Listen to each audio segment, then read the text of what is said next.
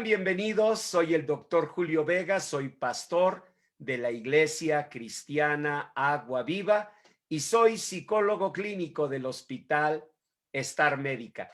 Y les doy la bienvenida a una conferencia bíblica e inteligente. Además, muy, pero muy importante, porque hoy vamos a hablar de un tema que yo estoy seguro en algún momento de nuestra vida ha alcanzado, ya sea a nosotros o a seres queridos alrededor de nosotros. Me refiero a los pensamientos compulsivos.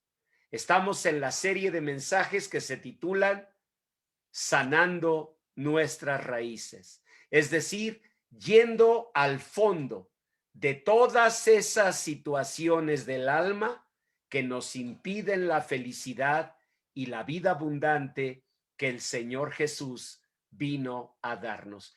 Y una de las cosas que más impiden la bendición de Dios, sin duda, son los pensamientos compulsivos, ideas, pensamientos rígidos que comienzan de manera rumiante, así les decimos quienes nos dedicamos a las ciencias del comportamiento humano, empiezan apareciendo de manera inexplicable, después se convierten en pensamientos intrusivos, quiere decir que nos asaltan sin una relación causal.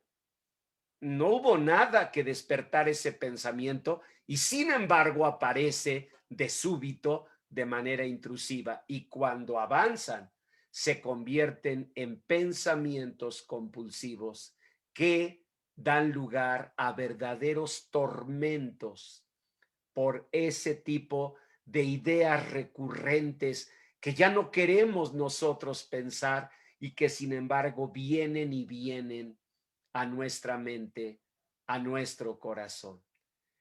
Yo quiero invitarles para que oremos y pidamos al Señor que se cumpla su palabra bendita.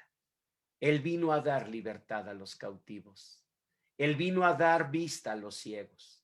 Y saben, los pensamientos compulsivos no son otra cosa que el reflejo de un momento de inmensa oscuridad, de infinito terror, de una situación casi desquiciante que produjo que para mantenernos en contacto con la realidad, nuestra mente tuviera que construir ese tipo de pensamientos. Por eso les invito a orar y a pedir a Dios que su palabra bendita hable a nuestro corazón. Padre Santo, gracias por el privilegio de recibir tu palabra, de recibir el mensaje de tu corazón a nuestro corazón a través de la Santa Biblia. Gracias, Señor, por nuestro perfecto tesoro de instrucción, la Santa Biblia, toda ella verdad y sin mezcla alguna de error. Nuestra norma, única norma de fe y práctica. Señor bendito, que tu palabra viva y eficaz, con la unción de tu Espíritu Santo, hable a nuestro corazón y que produzca, para gloria y honra de tu nombre, abundante fruto en nuestra vida. En el nombre de nuestro Señor Jesús, así te lo pedimos. Amén. Amén. Gloria a Dios. Pues quiero invitarles a leer el Salmo 143, que está en la página 1, primer lectura en nuestras hojas de mensaje, donde el Señor hizo decir al salmista estas palabras: por tu nombre, oh Señor, me vivificarás. Es decir, el salmista pedía vida para el interior de su ser. Por tu justicia sacarás mi alma de angustia, porque permítanme comentarles que los pensamientos y los actos compulsivos siempre vienen como fruto de un estado de enorme ansiedad. Y dice aquí, por tu justicia sacarás mi alma de angustia. y por tu misericordia disiparás a mis enemigos y destruirás a todos los adversarios de mi alma, porque yo soy tu sierva, porque yo soy tu siervo. Esta oración del salmista está evidenciando una verdad. Cuando la ansiedad, cuando la angustia que provoca la ansiedad crece y se desborda, provoca verdaderos adversarios del alma. Temores, ansiedades, pero sobre todo, en un proceso mayor, pensamientos compulsivos. Pensamientos que hacen que de esa manera nuestra mente mantenga un contacto con la realidad, pero que tienen un precio muy alto, porque generan desesperación, porque son pensamientos intrusivos, porque tú ya no quieres pensar en eso y sin embargo se precipitan de súbito, porque son pensamientos que nos persiguen, son pensamientos que se convierten en una verdadera cárcel del alma. El Señor les llama en su palabra adversarios del alma. Y nosotros podemos ver un ejemplo allí en Proverbios capítulo 7. En Proverbios capítulo 7, la Biblia nos va a mostrar que ese tipo de pensamientos son una fuerza más allá de nuestras fuerzas. Dice en Proverbios 7, nos cuenta la Biblia, de un joven que salió a caminar y de pronto una mujer que quería seducirlo, dice, lo rindió con la suavidad de sus muchas palabras. Le obligó con la salamería de sus labios. Es decir, esta mujer, en aras de seducirlo, comenzó con salamería, con lisonjas, con suavidad de palabras, a cautivarlo. Pero lo interesante es que la Biblia dice que de pronto esa salamería, esa lisonjería tocó un punto que activó una situación de respuesta que él ya no pudo controlar. Dice el versículo 22, al punto que está diciendo, en ese instante se marchó tras ella, como va el buey al degolladero. Es decir, Dios se está comparando con un animal que no puede más que seguir impulsos. Y está diciendo el Señor que la vida humana puede ser reducida por estos pensamientos compulsivos a una situación así, impulsiva, casi animal, instintiva, que nos lleva al dolor y a la destrucción, porque sigue diciendo, como el necio va a las prisiones para ser castigado. Noten la expresión de la palabra de Dios, prisiones. Estos pensamientos compulsivos son verdaderas prisiones para quienes los padecen. Son verdaderas angustias, son verdaderas situaciones de desesperación, casi de locura, de no poder, aunque ya no quiere dejar de pensar en eso.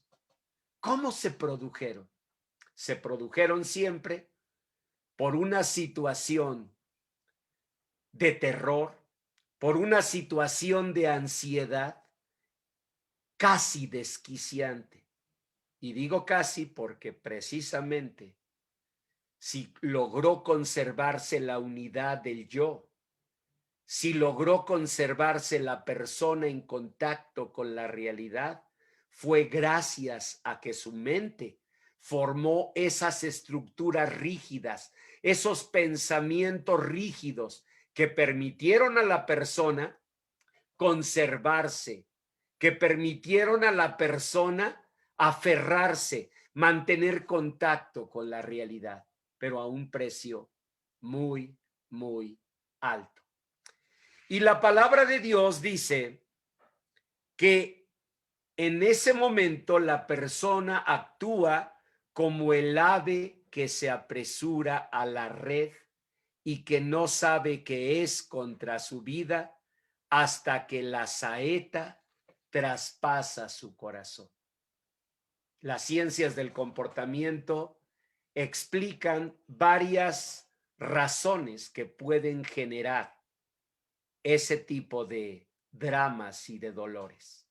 La primera, una situación biológica, un daño en el córtex cerebral, pero no es la más recurrente. La segunda, una educación familiar, que bueno, no es tampoco la más recurrente, pero que se presenta con más incidencia. La herencia biológica, aunque no se ha ubicado el gen que transmite este tipo de información. Pero lo que sí aparece en todos los cuadros agudos es una experiencia terrible en la infancia, sobre todo de abuso sexual. El problema, y por eso que tenemos que ir al Señor, y por eso que tenemos que buscar la bendición de Dios, el problema es que en la mayoría de los casos ese tipo de vivencias fueron reprimidas por el alma, por la mente, y ya no hay dato de memoria. A mí me toca mucho en mi experiencia clínica como terapeuta preguntar a las personas con el cuidado y respeto que amerita eso, si existió algún tipo de abuso sexual en su niñez, en su primera juventud. Y bueno, muchas personas responden que no, pero no porque me mientan o me oculten eso, sino porque no lo recuerdan. La memoria anuló el dato, pero no las secuelas. Esa persona debió vivir un estado tal de terror, un estado tal de miedo, que su mente tuvo que formar esas estructuras rígidas para mantener contacto con la realidad. Pero esas estructuras rígidas, al pasar el tiempo, se convierten en verdaderas cárceles, en prisiones. El proceso lo vemos aquí en la página 1, en el Salmo 55. Aquí lo pueden leer. Salmo 55. La Biblia dice de este proceso así: mi corazón está dolorido dentro de mí y terrores de muerte sobre mí han caído. Temor y temblor vinieron sobre mí y terror me ha cubierto. Y dije, ¿quién me diese alas como de paloma? Volaría yo y descansaría. Ciertamente huiría lejos, moraría en el desierto, me apresuraría a escapar del viento borrascoso, de la tempestad. Es decir, en todos los casos hubo al menos una experiencia terrible, de enorme terror en la niñez, casi desquiciante, que produjo un estado de ansiedad tal que obligó a la mente, para conservarse en salud y no llegar a la demencia, a producir estas estructuras rígidas. La Biblia no menciona la palabra compulsión. En la Biblia no aparecen pensamientos compulsivos, pero sí aparece la palabra contumaz. Véanlo en la segunda lectura, Deuteronomio 21, verso 18. Dice: si alguno tuviere un hijo contumaz y rebelde, noten que aparecen las dos palabras. Hay quienes piensan que contumaz es sinónimo de rebelde, pero no. Contumaz es una persona más que rebelde, es una persona que repite y repite inevitablemente un comportamiento o un pensamiento, aun cuando esto le haga daño. Hay una diferencia con el rebelde. El rebelde, punto número 1, tiene conciencia del acto de rebeldía. Punto número 2, es un acto de su voluntad. Es un acto que quiere hacer. La persona con una situación contumaz es una persona que repite, así como el buey que va al degolladero, repite un comportamiento, repite un acto que le está haciendo daño, que le destruye, que ya no quiere hacer, pero no puede más que repetir y repetir eso. La palabra de Dios dice en Deuteronomio 21 que incluso la postura tenía que ser muy severa. Si alguno tuviere hijo contumaz y rebelde, que no obedeciere a la voz de su padre, ni a la voz de su madre, y habiéndole castigado no les obedeciere, lo tomarán su padre y su madre, lo sacarán ante los ancianos de la ciudad, y a la puerta del lugar en que viva. Y lean el versículo 21. Todos los hombres de su ciudad lo apedrearán y morirá. Así quitarás el mal de en medio de ti. Es decir, era un tiempo en que no había recursos para ayudar a una persona que estaba prisionera de sus pensamientos, que no era rebelde, que era contumaz. Y quiero decirles esto, en la actualidad no hay métodos de curación. Lo que existen son métodos de un manejo progresivo de esta situación. Lo que hacemos en apoyo con psiquiatras que pues medican antipsicóticos y algunos antidepresivos, lo que hacemos es ir ayudando por medio de terapia cognitiva conductual a la persona a ir manejando poco a poco estas situaciones. Pero siempre que tengo frente a mí a una persona con un drama así, siempre le digo, hay alguien que sí puede sanarte. Solo hay alguien que puede romper esas prisiones, porque su palabra bendita dice que para eso apareció, para deshacer las obras del diablo, para deshacer todas esas huellas de dolor, de maldad que una persona sufrió injustamente. Es tan hondo este padecimiento porque viene de la situación más honda, más dolorosa, más espantosa y aterrante, que es el abuso sexual en la niñez. En muchos casos, si no es que en la mayoría, así aparece. Vemos etiologías distintas como la herencia, vemos etiologías como la educación de la familia, vemos etiologías como un daño en el córtex cerebral, pero lo que encontramos casi en todos los casos son situaciones de abuso sexual o de un terror tan infinito en la infancia que torció toda la estructura de la mente, y la única forma para que esa persona no perdiera la razón fue generar esa rigidez de pensamiento, una rigidez impresionante. Por eso admiro a cada una de esas nobles y valientes personas a quienes Dios me ha permitido como pastor, pero también como profesional de la salud mental, apoyar. Por eso las admiro, por su tesón, por su vocación invencible de luchar por la vida y de luchar por mantenerse en contacto con la realidad. Y la palabra de Dios nos enseña que aunque no aparece la palabra compulsión en la Biblia, sí aparece la palabra contumaz.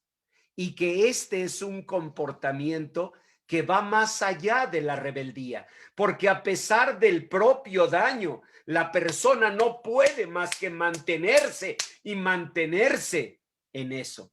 Por eso el Señor dijo que va como buey al degolladero, va como el ave que se apresura a la red, va como el necio a las prisiones para ser castigado.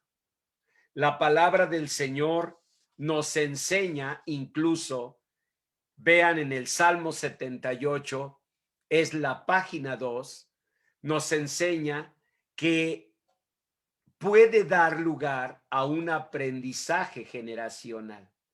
Y por eso, como hijos de Dios, sanando nuestras raíces, debemos buscar la bendición de Dios, la salvación de Dios, la obra redentora de su palabra bendita. Y por eso los invito para que nos inscribamos a Celebremos la Recuperación, edición 2021. Porque ese programa de sanidad y restauración interior es justamente esto. Es el momento en que tú dices, Señor, solamente tú puedes socorrerme. Se los digo con más de 30 años de ejercicio profesional. Nosotros no podemos. Sobre todo en los casos donde ya no hay recuerdo. Si pudiera tener el recuerdo, tal vez buscaría cómo resignificarlo, reencuadrarlo. Pero si la persona lo reprimió, ¿sobre qué recuerdo trabajamos? Por eso solo se medica. Se busca tratar de que la persona lo vaya manejando por terapia cognitivo-conductual. Pero eso no es lo que la persona necesita. La persona necesita libertad. ¿Y saben qué es lo que debemos hacer? Traerle a Dios. Dice en el Salmo 78, lean el versículo 6, dice, para que lo sepa la generación venidera y los hijos que nacerán y los que se levantarán lo cuenten a sus hijos, a fin de que pongan en Dios su confianza y no se olviden de las obras de Dios.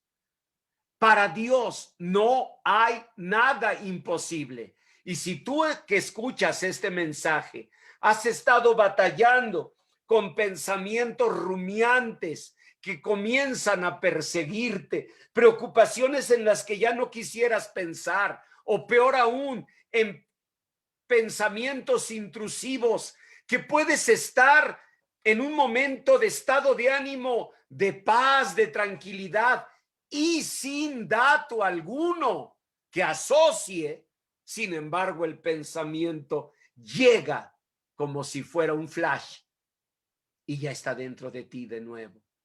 Y peor aún, si te ha llevado a pensamientos compulsivos y a actos compulsivos que van haciendo de tu vida una prisión, limpiando tus manos, acomodando las cosas, revisando que no hayas olvidado algo.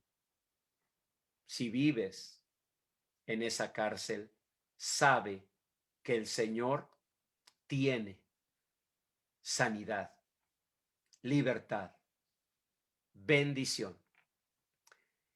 Él dijo, vengan a mí los que están trabajados y cargados, que yo les haré descansar. Miren, les doy este ejemplo. Cuando comenzó la pandemia, yo oraba por todos y por mis pacientes del hospital. Pero si había un grupo por el que oraba, era por los pacientes con obsesiones y compulsiones. Por ellos oraba más. Porque yo decía, ¿cómo van a poder manejarlo? Si en la normalidad ellos vivían lavando y lavando sus manos por el temor de una contaminación. Ahora que está la posibilidad de contagiar con una carga viral del SARS-CoV-2, de coronavirus, ¿cuánto horror deben sentir? ¿Saben qué me llamó la atención? Que no ocurrió así. Para mí fue una grata sorpresa. Yo supuse que si ya tenían TOC, si ya tenían un trastorno obsesivo compulsivo antes de la pandemia, esto los iba a desquiciar. Porque ahora sí estaban llamando a todos nosotros a lavarnos y lavarnos y lavarnos las manos, como hasta hoy lo hacemos. Yo le pedía mucho a Dios, pero para mí fue una sorpresa ver que mis pacientes no empeoraron. ¿Y saben qué comprendí?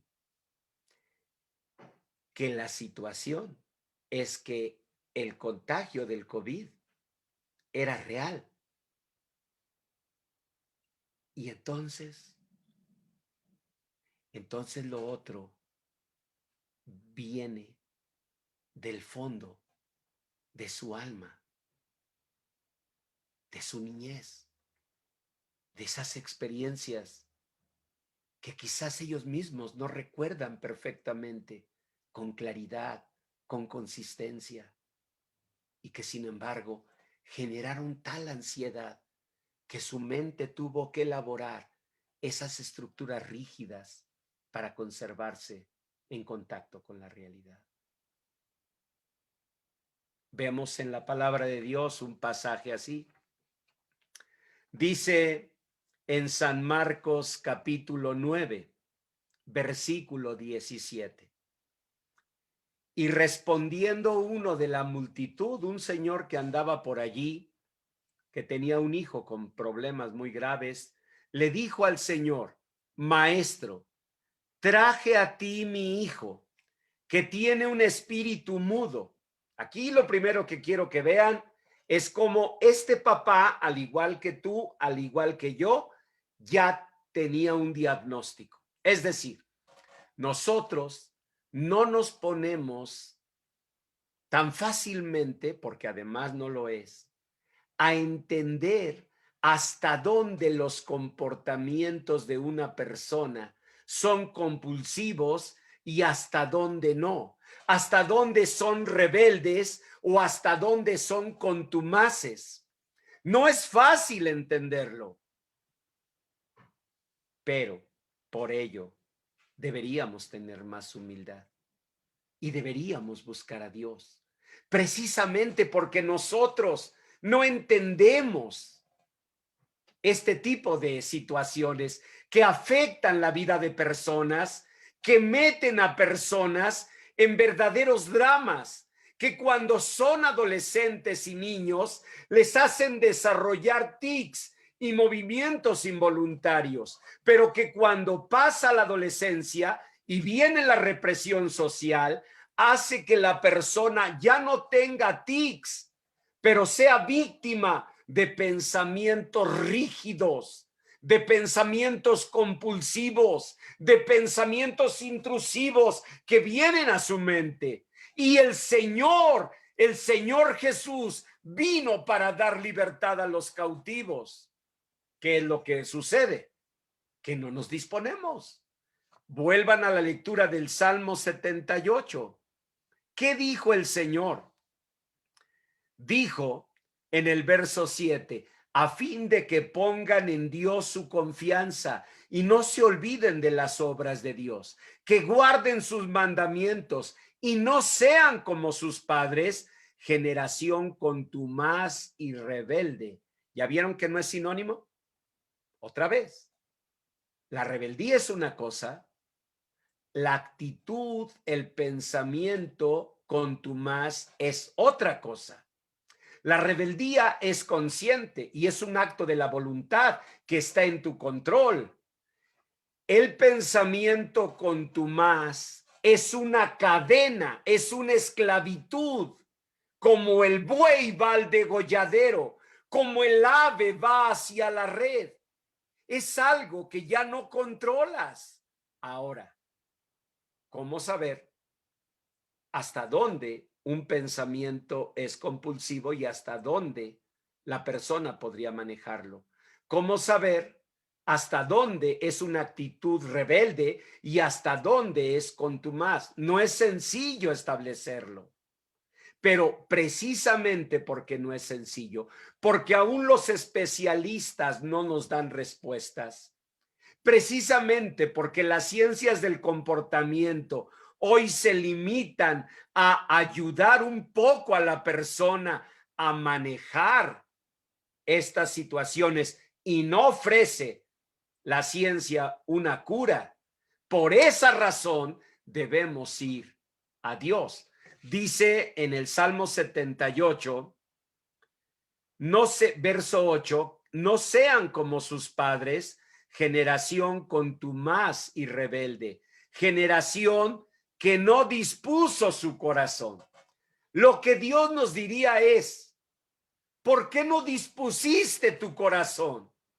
Si tú estabas viviendo esas situaciones, si de pronto te asaltaban pensamientos que no querías tener, si de pronto te llevaban a comportamientos compulsivos que no podías evitar, ¿por qué no buscaste a Dios? Si en este momento checáramos nuestra oxigenación y estuviera en 86, en 85, no llega a 90. Si además tenemos tos seca y un dolor de cuerpo y de cabeza que no habíamos vivido, ¿qué haríamos? Nos dispondríamos, por supuesto, a buscar ayuda médica. Claro que lo haríamos, porque todos sabríamos que eso es algo anormal. ¿Por qué entonces no nos disponemos a Dios cuando nos damos cuenta? Porque eso solamente lo sabemos nosotros. Nos damos cuenta que esto es algo que no es normal. ¿Por qué no buscar a Dios? ¿Por qué no disponernos? El Señor lo que puso en contra de esta generación es que ellos no dispusieron su corazón, no dispusieron su corazón, no buscaron ayuda. Peor aún, cuando quien lo está padeciendo es un hijo o una hija. Aquí está el ejemplo. Vayan a San Marcos capítulo 9. San Marcos 9, versículo 17. Dice la Biblia, y respondiendo uno de la multitud, que era el papá del muchacho con problemas, dijo al Señor Jesús, Maestro, traje a ti mi hijo, que tiene un espíritu mudo. Les digo, el papá ya tenía una idea. ¿De dónde sacaba esa idea? Pues de sus propios juicios. Por esa razón muchas personas subestiman estos dramas. Si ven a la hija o al hijo aislado, si ven al hijo, a la hija reservado y piensan, bueno, pues igual es su personalidad. Sí, tal vez, pero tal vez es un miedo espantoso. Así lo describe la Biblia. Ya lo leímos, pero vamos de nuevo. Página 1, Salmo 55, al final de la página 1. Mi corazón está dolorido dentro de mí, y terrores de muerte sobre mí han caído. Temor y temblor vinieron sobre mí, y terror me ha cubierto. Y dije, ¿quién me diese alas como de paloma? Volaría yo y descansaría. Ciertamente huiría lejos, moraría en el desierto, me apresuraría a escapar.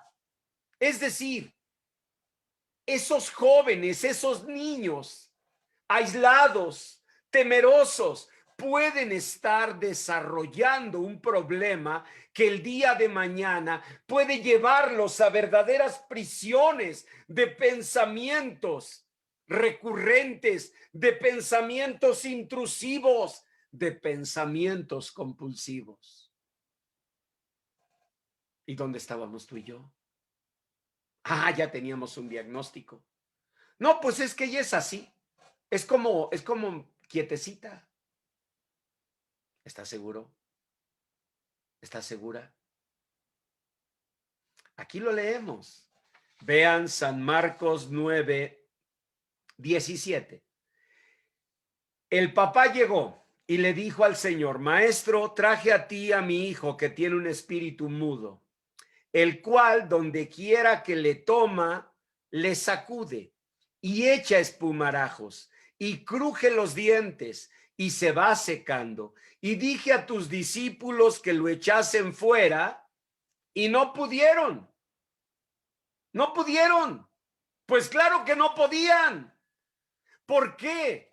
Porque hay situaciones del alma humana que sobrepasan al conocimiento, que sobrepasan al manejo que podemos hacer nosotros como humanidad de nuestros propios problemas. Y por eso es importante buscar a Dios, porque hay situaciones, cuadros como este, que no tienen cura, pero que sí la tienen en Dios. Por eso debemos disponer nuestro corazón. Bueno, sigan leyendo San Marcos 9 y vean en el verso 19 que pues por supuesto el Señor regañó a los apóstoles, ¿no? Respondiendo dijo: oh generación incrédula, ¿hasta cuándo he de estar con vosotros? ¿Hasta cuándo os he de soportar? Los regañó, pero inmediatamente añadió: traédmelo, tráiganme al muchacho. Y ahí va el papá por su hijo. Dice en el verso 20, y se lo trajeron, y cuando el espíritu vio a Jesús, esto nos hace ver que aquí, en el caso de este muchacho, además de una situación natural, había una situación sobrenatural. O sea, había un espíritu demoníaco que estaba ya actuando en este muchacho. Lo sabemos porque aquí lo dice, ¿no? Dice en el versículo 20, y se lo trajeron, y cuando el espíritu, o sea, ese espíritu inmundo, vio a Jesús, sacudió con violencia al muchacho, quien cayendo en tierra se revolcaba, echando espumarajos. Yo quiero que se imaginen la escena. Estaba el Señor Jesús, este papá dice: a ver, tráiganmelo. Ahí viene el papá con el muchacho, pero cuando el espíritu inmundo ve a Jesús, sacude con violencia al muchacho. El muchacho cae en medio de la multitud, revolcándose, echando espumarajos. Yo lo que pensaría es que la Biblia va a decir: entonces de inmediato Jesús comenzó a orar por él. De inmediato Jesús le impuso las manos y no. Lean el versículo 21.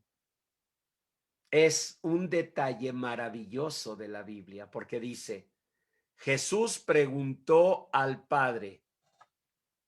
Recuerden, el muchacho se estaba revolcando, echando espumarajos. El papá debe haber estado desesperado, volteaba a ver a Jesús. Ya los apóstoles no habían podido, pero ahora estaba Jesús y seguramente el Padre estaba allí esperando un milagro.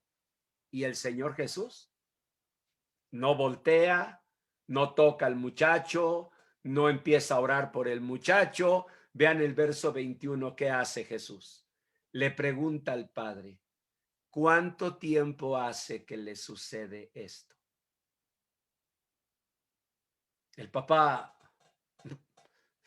Señor, lo que importa es que lo veas. No, lo que importa es que me respondas. ¿Cuánto tiempo tiene que le sucede esto? Y vean la respuesta del papá. Él dijo: desde niño, desde niño. Y muchas veces le echa en el fuego y en el agua para matarle. Desde niño. Desde niño. Este pasaje bíblico nos muestra una verdad. Hay vivencias en nuestra niñez, en nuestra primera juventud, que pudieron haber deformado totalmente nuestra personalidad. Yo les puedo asegurar que de niño, este muchacho no estaba poseído por ese espíritu que cuando vio a Jesús sacudió al muchacho. No, no era así. Y entonces, ¿por qué el papá dice que desde niño? Porque de niño, una experiencia seguramente de una ansiedad aterrorizante generó síntomas similares. Yo tuve el privilegio de hacer un posgrado en psicopatología clínica con la Universidad de Barcelona. Y mi tesis para graduarme fue acerca de la relación y distancia entre la esquizofrenia y la posesión demoníaca. Tienen similitudes, tienen aspectos muy parecidos, que claro, una persona que no tiene la obligación de saber psicopatología, pues puede fácilmente confundir. Ahora ustedes pueden pensar, pastor, ¿y entonces yo debo saber eso? No, no, no. Pero lo que sí debes y debo es ir a Jesús, es venir a Él, es disponer nuestro corazón. Es decir, tú no tienes por qué saber todo lo del SARS-CoV-2, pero si tú estás oxigenando abajo de lo normal, si tienes tos seca, si tienes un dolor en todo el cuerpo, sí debes buscar ayuda, ¿o no? Entonces, si estamos viendo comportamientos que no son normales, ya sea en los que amamos o en nosotros mismos, ¿por qué no disponer nuestro corazón a Dios? ¿Por qué formular nosotros un diagnóstico? ¿Por qué explicar nosotros de una manera? ¿Saben las más de las veces que es? Es nuestra manera de taparnos los ojos. Es nuestra manera de sentirnos en paz. Pero hay una hija, un hijo que te necesita. Él, desde niño, sufría eso. Y estoy seguro, por mi entendimiento de la palabra de Dios, que cuando niño no era una posesión demoníaca. No era un espíritu. Eran las secuelas de una ansiedad espantosa que vivió ese niño y que le llevaba a pensamientos y actos compulsivos. Cuando fue pasando el tiempo, se fue complicando. Y ahora, hasta un espíritu inmundo, además. Nosotros debemos disponer nuestro corazón a Dios.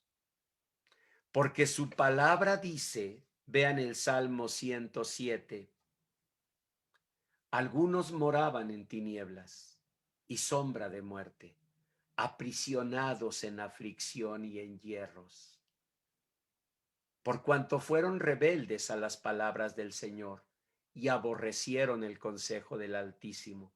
Por eso el Señor quebrantó con el trabajo sus corazones. Cayeron y no hubo quien los ayudase. Pero vean el versículo 13. Pero luego que clamaron al Señor en su angustia, ¿qué hizo el Señor? Los libró de sus aflicciones, los sacó de las tinieblas y de la sombra de muerte y rompió sus prisiones. Es Dios y solamente Dios quien puede sanar a una persona con un trastorno así. La ciencia lo considera sin cura.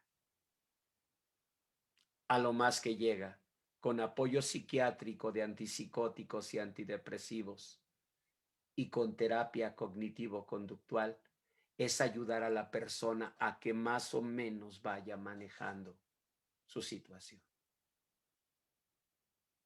Pero si está el Señor, ¿por qué no venir a Él? Este hombre, por eso vio a Jesús.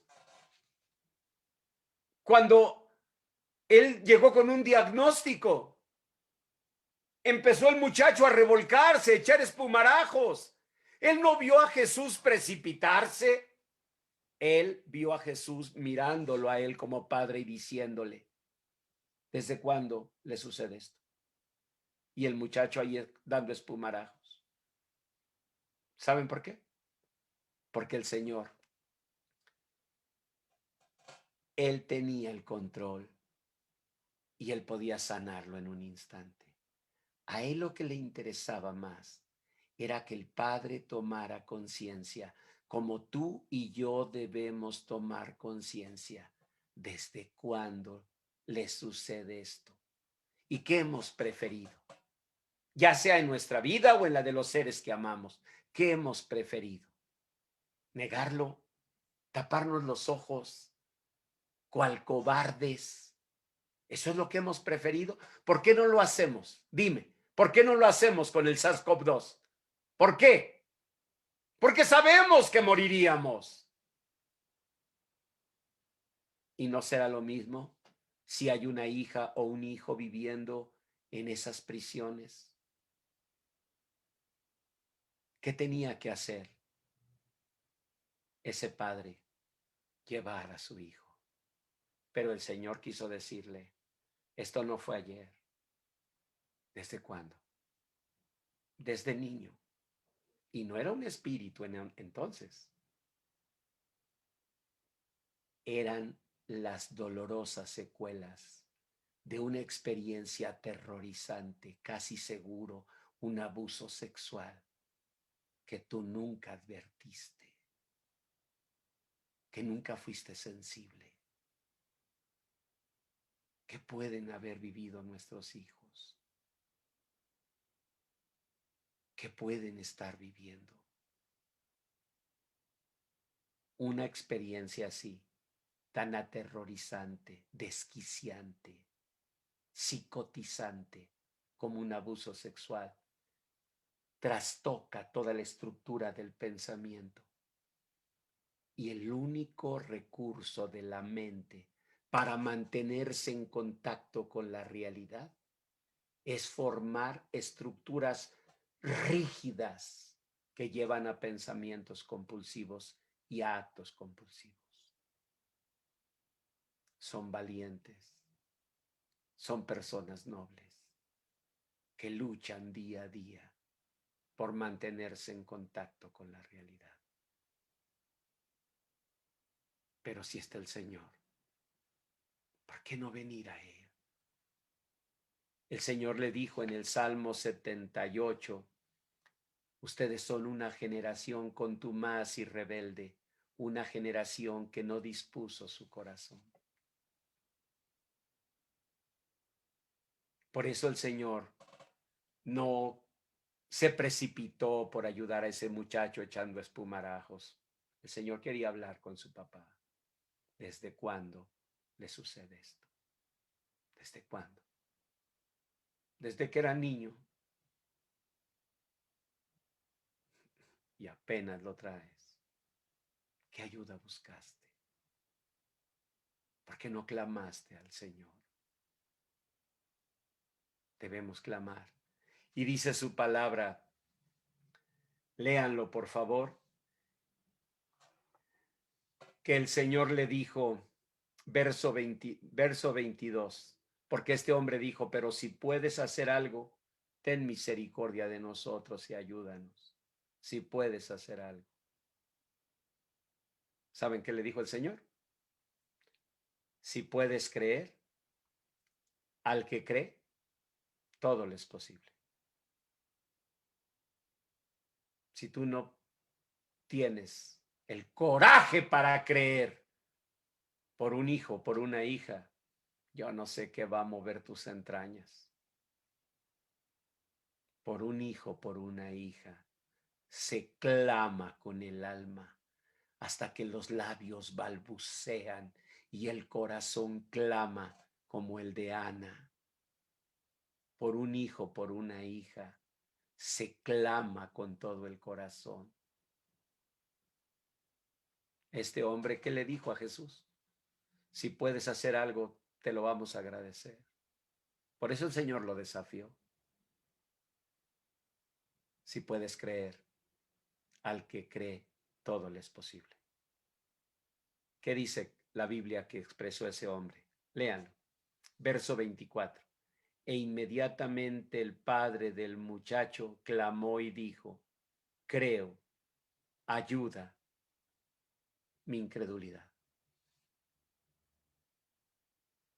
Lo que le dijo fue: Señor, sí, he sido un cobarde, tuve miedo, veía a mi niño con algo que yo no sé qué fue, pero tuve miedo. Y además, ha sido tanto el sufrimiento que ya ni siquiera creo. Me he convertido en un incrédulo. Pero aquí estoy, Señor. ¿Y saben qué dice la palabra de Dios? Que Dios ama la verdad en lo íntimo. Por eso bendijo el Señor a este muchacho y a este papá. Por la capacidad del papá de decirle: ayuda a mi incredulidad.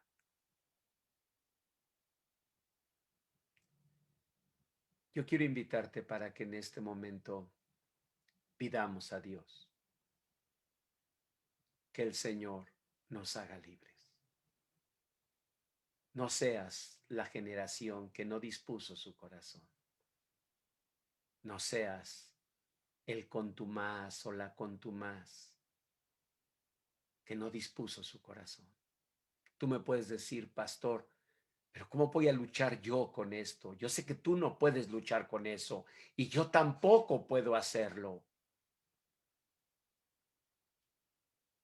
Pero Dios sí lo puede hacer. Y si tú me dices: pero es que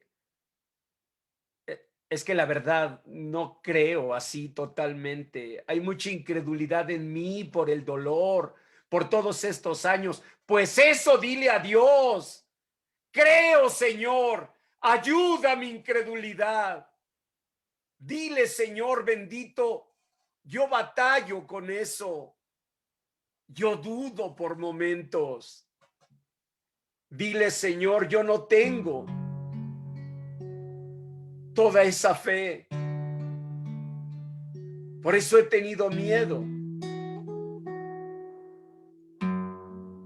Pero yo no quiero ser esa generación contumaz que, aparte de rebelde, no se dispuso a ti.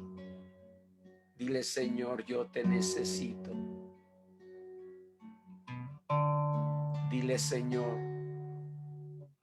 yo necesito tu misericordia y tu amor.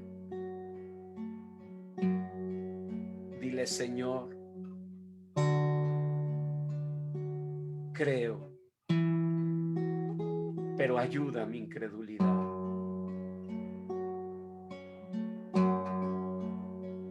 En el Señor hay libertad. Jesús vino a dar libertad a los cautivos, vino a dar vista a los ciegos, vino a sacar a los presos de la cárcel. Y dice su palabra: luego que clamaron al Señor en su angustia, los libró de sus aflicciones, los sacó de las tinieblas y de la sombra de muerte, y rompió sus prisiones. Clama al Señor. Si es por ti, clama por ti. Y si es por tus hijos, con más razón. No permitas que un día el Señor te diga, te pregunte, con un hijo ahí tirado echando espumarajos: ¿desde cuándo le pasa esto? El papá volteaba. Señor, ayúdalo. No, no, no, no, no. Primero dime, ¿desde cuándo le sucede esto? ¿Desde cuándo? Hasta que ese hombre dijo, desde niño, desde niño. No permitas que pase esto. Clama al Señor, como clamó Ana por su hijo. Por este niño oraba, y el Señor me dio lo que le pedí. Por un hijo se parte el alma también en el altar de Dios. Por un hijo se parte el alma en el clamor delante de Dios. Quiero levantar a ti mis manos, maravilloso Jesús, milagroso Señor. Llena este lugar con tu presencia y haz descender tu poder a los que estamos aquí. Creo en ti, Jesús, y en lo que harás en mí. Creo en ti, Jesús, y en lo que harás en mí, en mí, en mí. Recibe toda la gloria, recibe toda la honra, precioso Hijo de Dios. Recibe toda la gloria, recibe toda la honra, precioso Hijo de Dios. Creo en ti, Jesús, y en lo que harás en mí. Creo en ti, Jesús, y en lo que harás en mí, y en mis seres amados, especialmente en mis hijos. En mí. Dile, Señor Jesús, yo te recibo como mi Señor y Salvador. Tu palabra dice que tú estás a la puerta de mi corazón llamando, que si yo oigo tu voz y abro la puerta, tú entrarás a mí. Señor, entra en mi corazón, entra en mi hogar. Te necesitamos, Señor. Mis hijos te necesitan desde que eran niños. Ven, Señor bendito, y trae la bendición que diste a este joven. Ayuda mi incredulidad. Te recibo como Señor y Salvador de mi vida. Ven, Señor bendito, y ayúdanos en el nombre de Jesús. Amén. Amén.